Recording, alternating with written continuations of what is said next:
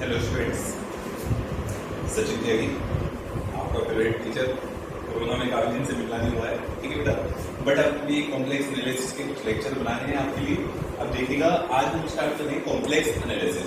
ये हमारी unit 4 and 5 है, ठीक है ना, हमारे कोर्स में जो हम लोगों ने पढ़ाई भी नहीं की थी कॉलेज में, ठीक है। कॉम्प्लेक्स एनालिसिस में सबसे पहले आपको जानना होगा कॉम्प्लेक्स नंबर क्या है। कॉम्प्लेक्स नंबर ऐसे तो आपको बहुत अच्छे से पता है कॉम्प्लेक्स नंबर क्या होता है। कॉम्प्लेक्स नंबर होता है हमारा z equals x plus i, ठीक है, where x and y both are real number, ठीक है। ये आपका कॉम्प्लेक्स नंबर क्या होता है, z equals x plus i y, और यहाँ x और y आपके कैसे नंबर होते हैं, रियल नंबर होते हैं बेटा। इसको x को तो हम बोलते हैं रियल पार्ट ऑफ z, और y को हम बोलते हैं इमेजिनरी पार्ट ऑफ z, ठीक है। यदि मेरे से कोई पूछता है रियल पार्ट ऑफ z क्या होगा, तो दिस मीन्स x, और इमेजिनरी पार्ट ऑफ z ये होगा आपका 1, ठीक है। वैसे तो बेसिकली बेटे ये कोई कॉम्प्लेक्स नंबर कोई नंबर नहीं होता है, ये आपका क्या होता है, पॉइंट होता है x प्लस आई वाई। एक्स प्लस आई वाई का मीनिंग हुआ आपका x, 1।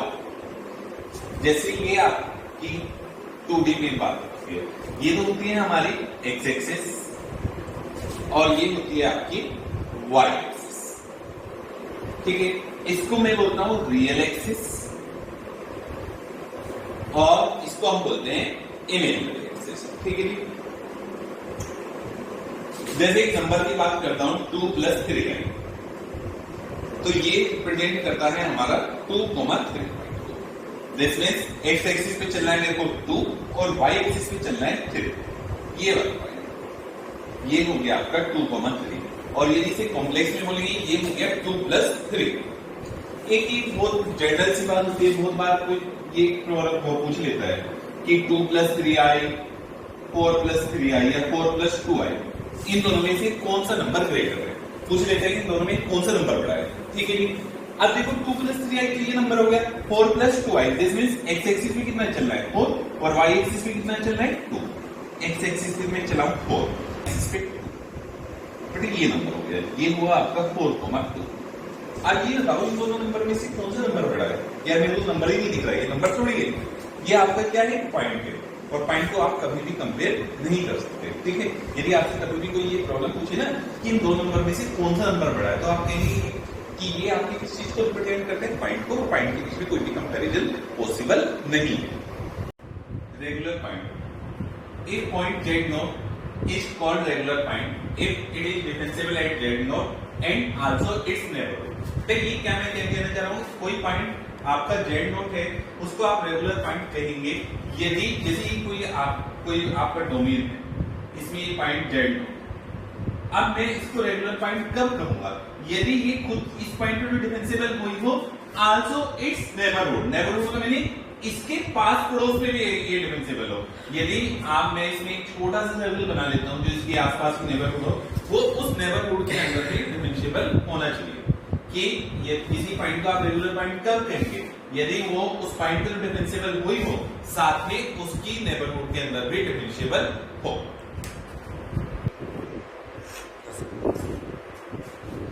एनालिटिक फंक्शन बेटे ये आपका पूरी complex analysis first, fourth unit, fifth unit इसी फंक्शन के ऊपर डिपेंड करती है, सारा इसी ऊपर बेस है इसकी। तो बेटा एनालिटिक फंक्शन की डेफिनेशन क्या है, क्या लिखी मैंने, एक function is called analytic function in a domain V if its contain all points are regular point। मेरा कहने का मीनिंग ये है कि कोई फंक्शन है वो आपका एनालिटिक होगा किसी डोमेन D में, जैसे एक डोमेन D में वो कह रहा है कि इसके अंदर जितने भी पॉइंट्स होना है ये सारे पॉइंट्स क्या होने चाहिए, रेगुलर पॉइंट है। और रेगुलर पॉइंट की डेफिनेशन क्या होती है कि ये यहाँ इस पॉइंट पे डिफरेंशिएबल हो ही हो, इसके साथ साथ इसकी नेबरहुड के अंदर भी डिफरेंशिएबल हो, और यदि ऐसा है तो वो फंक्शन आपका क्या होगा, एनालिटिक फंक्शन होगा। कहीं इसके एनालिटिक फंक्शन की कोई एक डेफिनेशन ये भी लिख देते हैं, a function is called analytic function called is analytic function at z naught if it is divisible at z naught also its neighborhood। बेटा सेम बात है, ये भी यही कैसी है, दो डेफिनेशन है, या तो आप ये कह सकते हैं एक function is called analytic function in a domain D if its contain all points are regular point. मैंने रेगुलर पॉइंट की डेफिनेशन आपको बताई थी कि वो उस पॉइंट पे डिफरेंशिएबल होगी और उसके साथ में इसकी नेबरहुड में भी डिफरेंशिएबल हो। सेम यार ये भी दूसरी डेफिनेशन यही है, a function is called analytic function at z not if it is differentiable eight z not also it's neighbourhood, कि वो z नॉट पे तो डिफरेंशिएबल हो ही हो, साथ में उसकी नेबरहुड के अंदर भी डिफरेंशिएबल हो। एक प्रॉब्लम है if z equals z bar is not analytic everywhere, ये हमें शो करना है, so that f z equals z bar is not analytic everywhere। तब एक बात करना है कि z जो आपका फंक्शन है कहीं भी एनालिटिक नहीं है, तो फर्स्ट ऑफ ऑल आप ये डिफरेंशिएबिलिटी चेक कर लो, आप ये दिखा दो कि कहीं डिफरेंशिएबल ही नहीं है। यदि कहीं भी डिफरेंशिएबल नहीं होगा एनालिटिक नहीं होगा, क्योंकि एनालिटिक होने के लिए क्या होता है कि वो एक पॉइंट पे डिफरेंशिएबल हुई हो, उसके साथ साथ उसकी नेबरहुड में भी डिफरेंशिएबल हो। तो सबसे पहले इसकी आप डिफरेंशिएबिलिटी चेक करो। डिफरेंशिएबिलिटी चेक करने का तरीका क्या है, एट z नॉट इक्वल्स होता है limit delta z tending to 0 f z not plus delta z minus f z not upon delta z।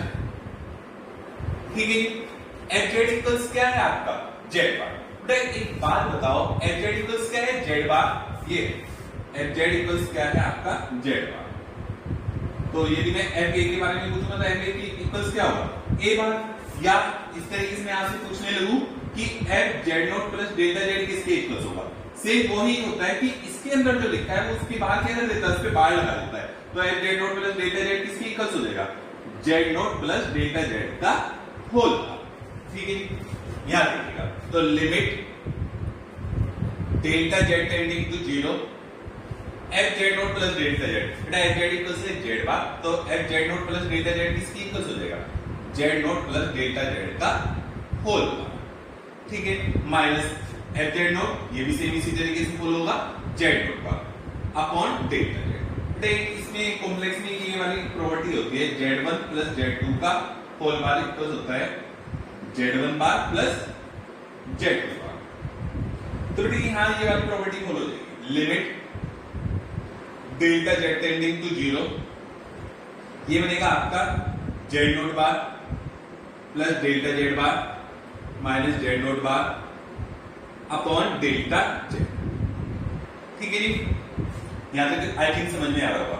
इस z नॉट बार से z नॉट बार कैंसिल हो गया, तो ये बना limit delta z tending to 0 delta z का whole bar upon delta z।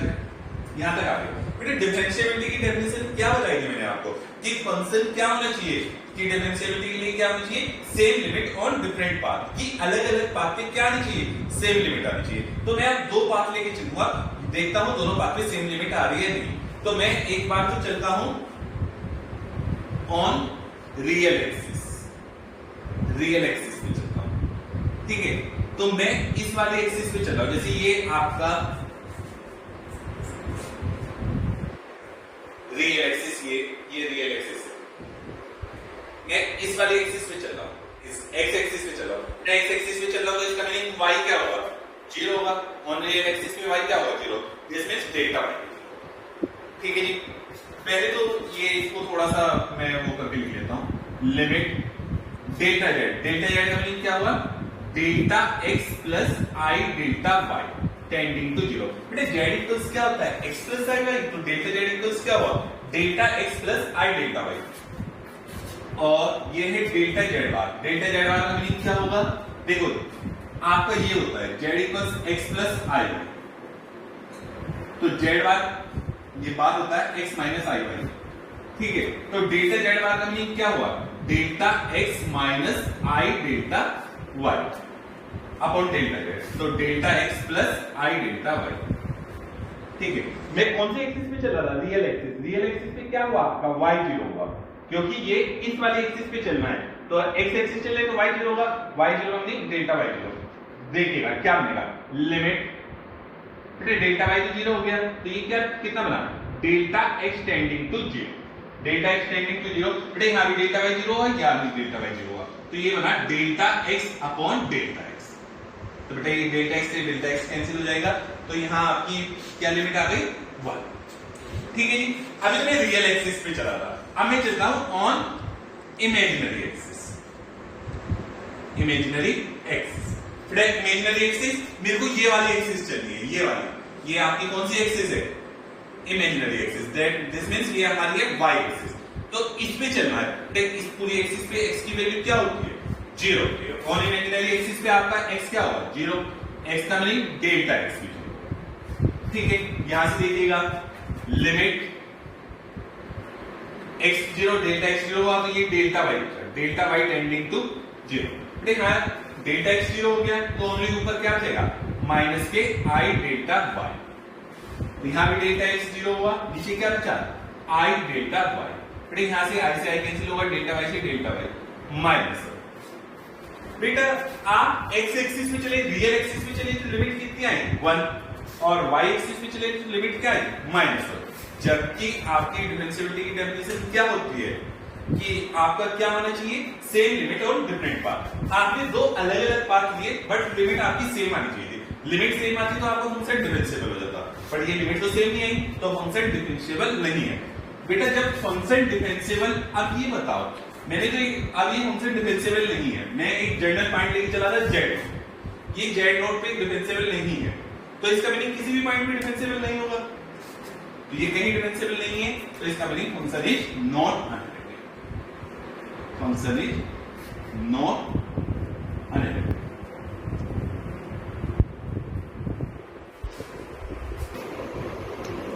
की problem है fz equals mod z square is not analytic everywhere. जैसे अभी फर्स्ट किया था fz equal z bar is not analytic everywhere, अब है mod z का होल स्क्वायर। ठीक है, ये मोस्ट इंपोर्टेंट प्रॉब्लम है, बहुत बार पूछी जाती है कि fz equals mod z square is not analytic everywhere.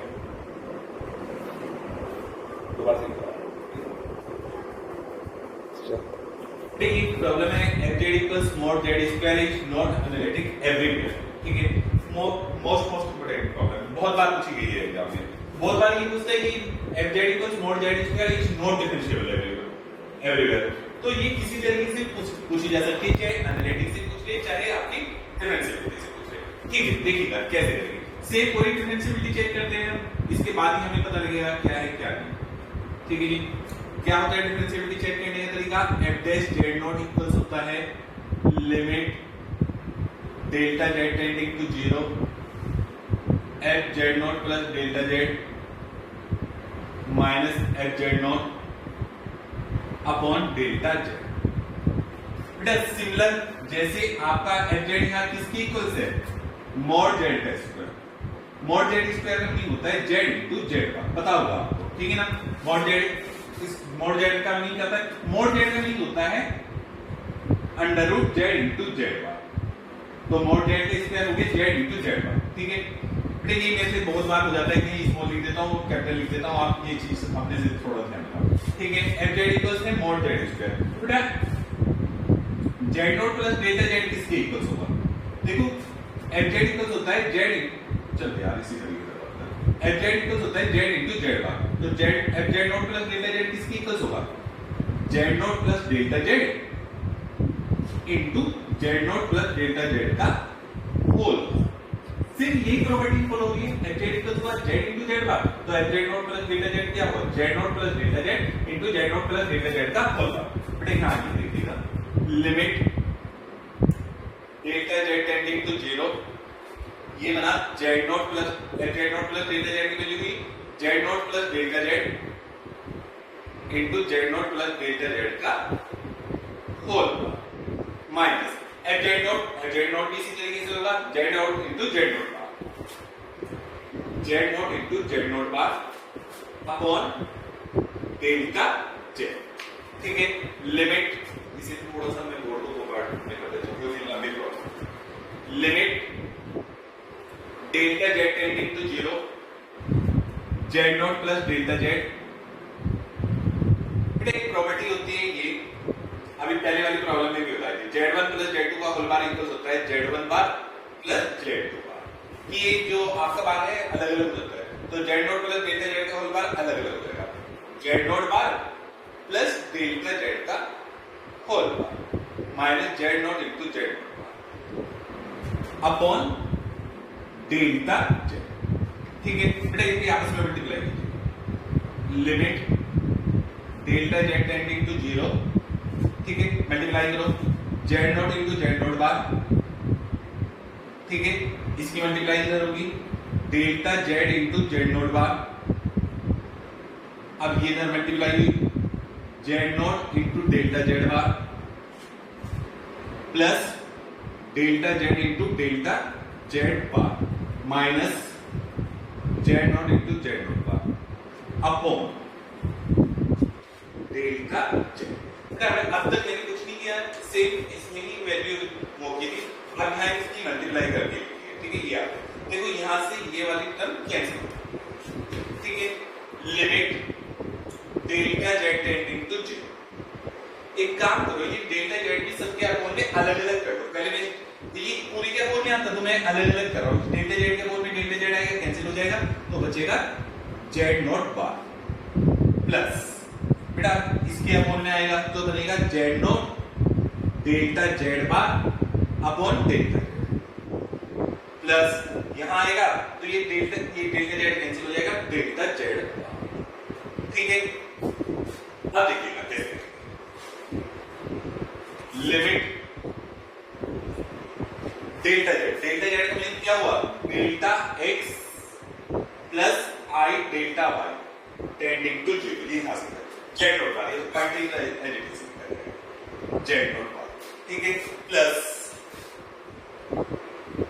Z not, हाँ डेल्टा Z बार का मीन क्या होगा, delta X minus I delta Y upon delta Z का मीन क्या होगा, delta X plus I delta Y plus delta Z बार का mean हुआ delta X minus I delta Y।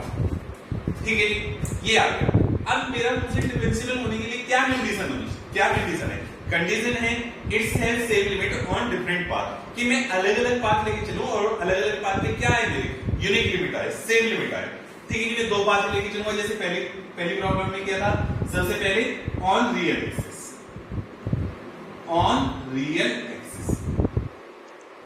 Real axis का meaning है एक्स एक्सिस पे चल रहा हूं, एक्स एक्सिस पे y क्या होता है बेटा 0, y0 का मीनिंग डेल्टा y। ठीक है, देखिएगा लिमिट डेल्टा y तो 0 ही होगी, ये बनेगा limit delta x tending to 0, ये z नॉट बार पॉइंट है प्लस z नॉट ये वाला पॉइंट, बेटा यहां डेल्टा y 0 होगी, डेल्टा y 0 होगी, डेल्टा y, तो ये बना delta x upon delta x plus बेटा डेल्टा y तो 0, ये वाली टर्म 0 हो गई, प्लस के डेल्टा x, यहां डेल्टा x से डेल्टा x कैंसिल हो जाएगा, और limit delta x tending to 0 है, डेल्टा x टेंडिंग टू 0 है, ये वाला पॉइंट भी 0 हो जाएगा जब लिमिट हो, तो ये निकल के आ गया z not bar plus z। ठीक है, ये आया ऑन रियल एक्सिस। अब मैं क्या चलूंगा on imaginary axis, imaginary axis, बेटा इमेजिनरी एक्सिस पे चलो, दिस मींस y एक्सिस चल रहा हूं, y एक्सिस चलेगी तो x क्या होगा, x0 होगा, x0 का मीनिंग डेल्टा x0। ठीक है, डेल्टा x0 हो गया, क्या बनेगा, लिमिट डेल्टा x0 होगा तो ये I delta y tending to 0। ठीक है, z not bar plus z not, बेटा मेरा डेल्टा x 0 हुआ, ये 0 हुआ तो ये बना माइनस के I डेल्टा y अपॉन के I डेल्टा y। ठीक है, यहां डेल्टा x 0 हुआ तो माइनस के I डेल्टा y। ठीक है, limit I delta y tending to 0। ठीक है, I delta y tending to 0, z not bar, बेटा यहां I डेल्टा y से I डेल्टा y कैंसिल हो जाएगा, माइनस का z माइनस आ जाएगा, तो माइनस के z नॉट और माइनस के I डेल्टा y, बेटा डेल्टा y टेंडिंग टू 0 है, ये वाली टर्म 0 है, तो ये बना z not bar minus Z. ठीक है, अब देखो पहले एक जगह तो लिमिट आई थी Z not bar plus Z not, और एक जगह लिमिट आ गई Z not bar minus Z not. क्या ये सेम लिमिट आ रही है? ये सेम लिमिट तो नहीं है। तो क्या हुआ, डिफरेंट पाथ लेके चले और डिफरेंट पाथ की क्या आ गई, डिफरेंट लिमिट। बट आपकी डिफरेंशिएबिलिटी के लिए क्या आना चाहिए था, आपका same limit on different path. आपकी अलग अलग पाथ लेके चले तो अलग अलग पाथ में क्या आनी चाहिए, सेम लिमिट, जबकि ऐसा नहीं हो रहा है। बट बेटे एक जगह ही डिफरेंशिएबल हो सकता है, यदि किसी पॉइंट पे यदि मैं जेड नॉट को 0 ले, यदि जेड नॉट को 0 ले लूं, ये भी लिमिट 0 हो जाएगी, ये भी 0 हो जाएगी। तो जेड नॉट भी डिफरेंशिएबल तो हो गया, पर आपकी एनालिटिक के लिए डेफिनेशन नेबरहुड पे भी हो, तो ये तो 0 के अलावा तो कहीं डिफरेंशिएबल हो नहीं सकता। ये 0 के अलावा ओनली जेड नॉट को यदि मैं 0 लेता हूं तब तो दोनों लिमिट सेम आ जाएगी, अदरवाइज जेड नॉट की कोई भी वैल्यू ले लो तो ये दोनों लिमिट डिफरेंट है, तो ये और जगह तो डिफरेंशिएबल होगा नहीं। और तो आपकी एनालिटिक की डेफिनेशन है कि वो उस पॉइंट पे डिफरेंशिएबल हुई हो, साथ में उसकी नेबरहुड के अंदर भी डिफरेंशिएबल हो। तो ये 0 पे तो डिफरेंशिएबल हो रहा है, पर इसके अलावा और कहीं डिफरेंशिएबल नहीं होगा, तो ये एनालिटिक तो कहीं नहीं होगा। हाँ, इसमें ये हो सकता है कि fz equals mod z square is differentiable, sorry ये लिख सकते हैं fz equals mod z square is not differentiable everywhere except origin, कि जो मॉड z स्क्वायर है ना वो कहीं भी डिफरेंशिएबल नहीं होगा एक्सेप्ट ओरिजिन, कि ओरिजिन पे डिफरेंशिएबल हो सकता है, इसके अलावा वो कहीं भी डिफरेंशिएबल नहीं होगा। एक बार आप इसका स्क्रीनशॉट ले लीजिएगा। ठीक है।